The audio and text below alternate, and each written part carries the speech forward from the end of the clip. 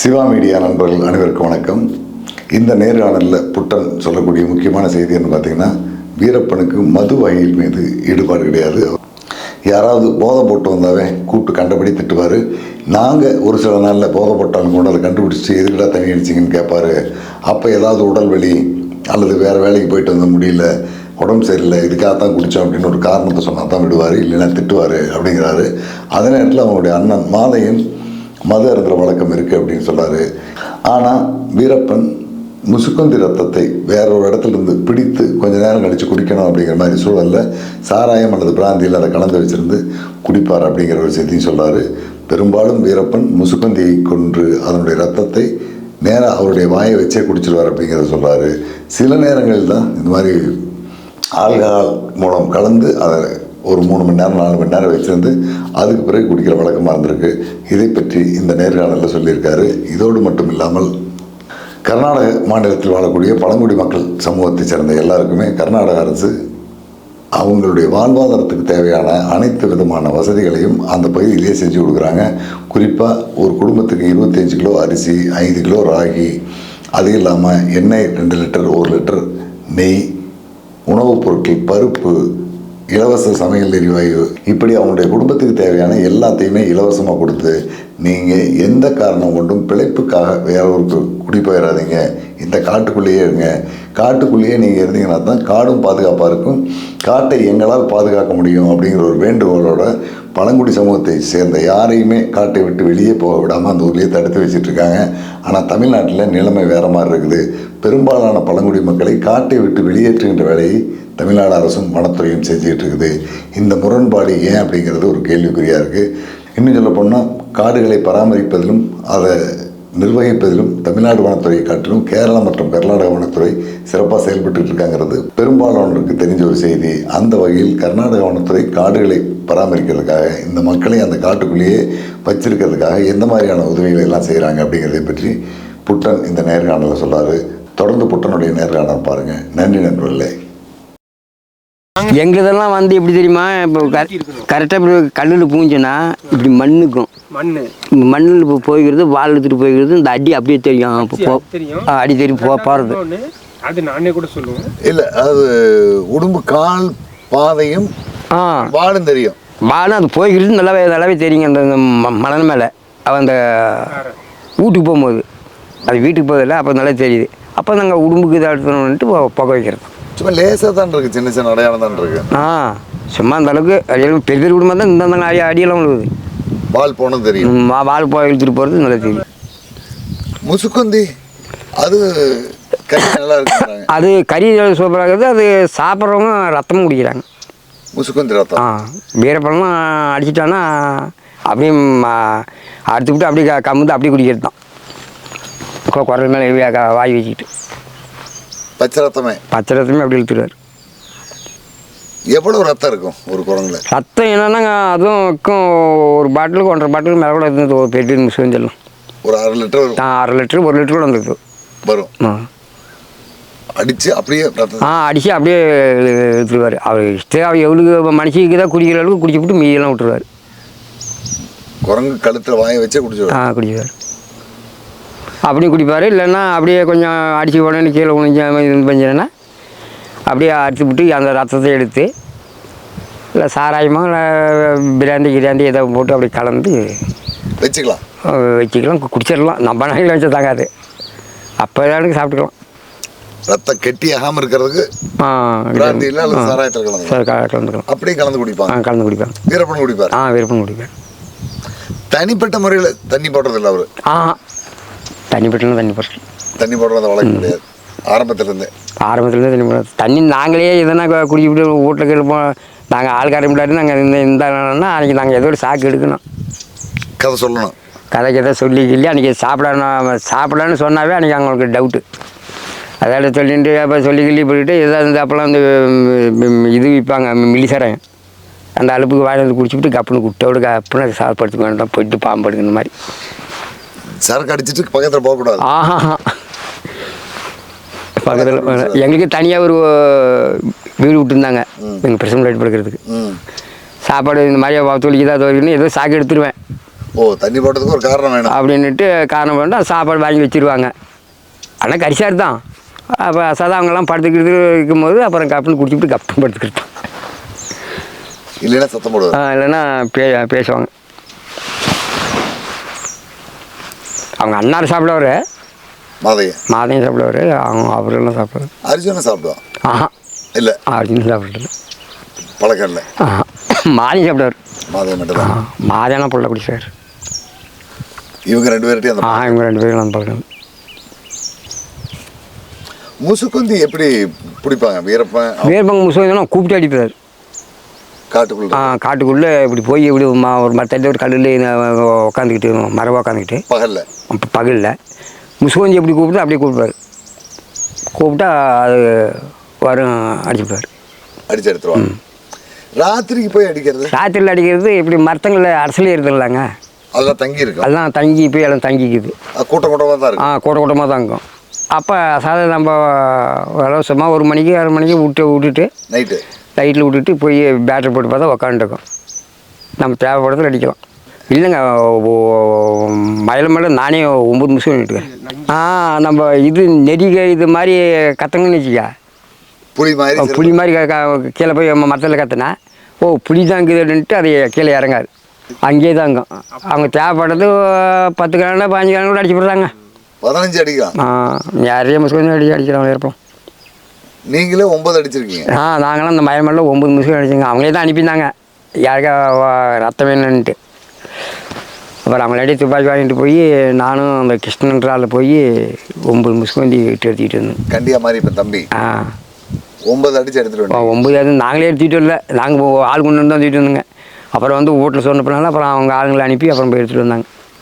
அது வரைக்கும் அங்கே இருந்தது? அங்கே தான் இருந்துச்சு. என்ன எடுத்து போகிறாங்க, யாரும் எடுத்து போக மாட்டாங்க. அப்போலாம் பயந்துக்குவாங்க, எடுத்துகிட்டு போயிட்டாலும் வீரப்பங்க வந்து எனக்கு ஆட் பண்ணிடுறான்ட்டு பையன். வீரப்பன் அடித்ததுன்னு தெரிஞ்சால் யாரும் எடுக்க?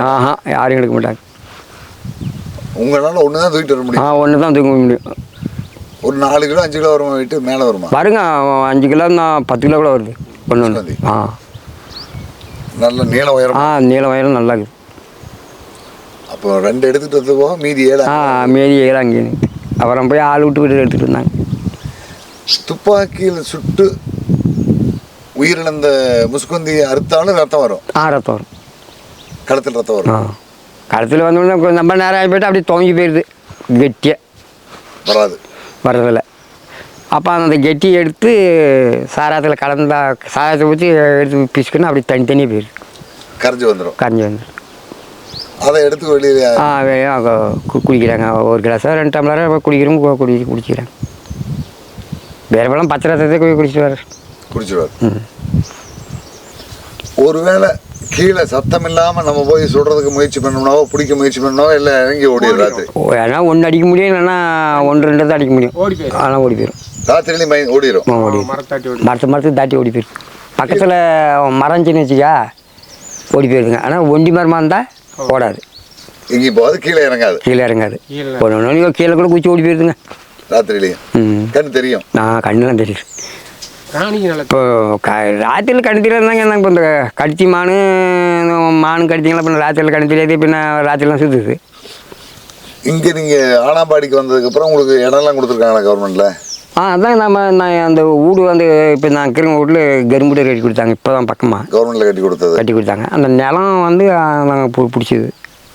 விலைக்கு வாங்கினீங்களா? இல்லைங்க, நாங்களே பிடிச்சது. காட்டுக்குள்ளே உங்களுக்கு விவசாயம் பண்ணுறது எடுத்துட்டீங்க. எவ்வளோ இடம் இருக்கும்?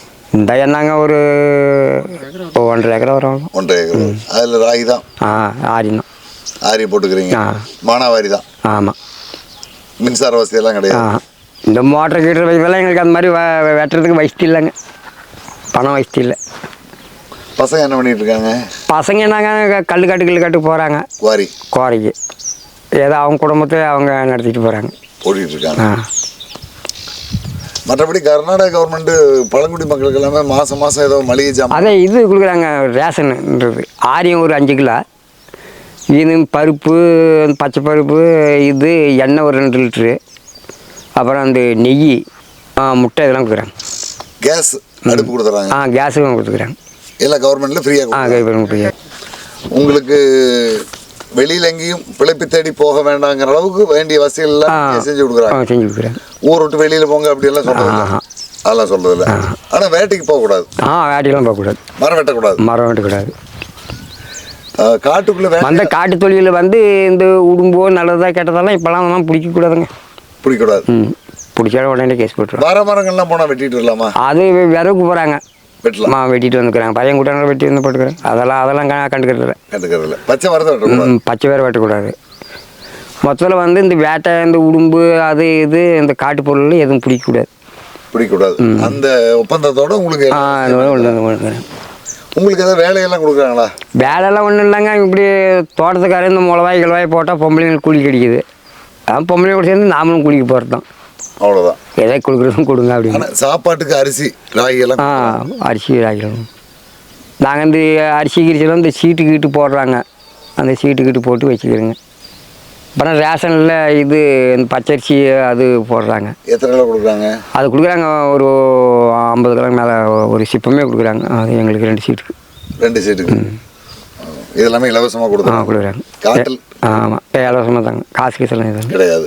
அதே மாதிரி இந்த எண்ணெய் பருப்பு எல்லாமே அதெல்லாம் போகிறோம் ஃப்ரீ. அதெல்லாம் வேலை போட்டு தான் வாங்க தேவையில்ல. ஆனால் பள்ளிக்கூடம் இல்லைங்க? பள்ளிக்கூடம் இருக்குதுங்க. கீழே எத்தனை வரைக்கும் இருக்குங்க?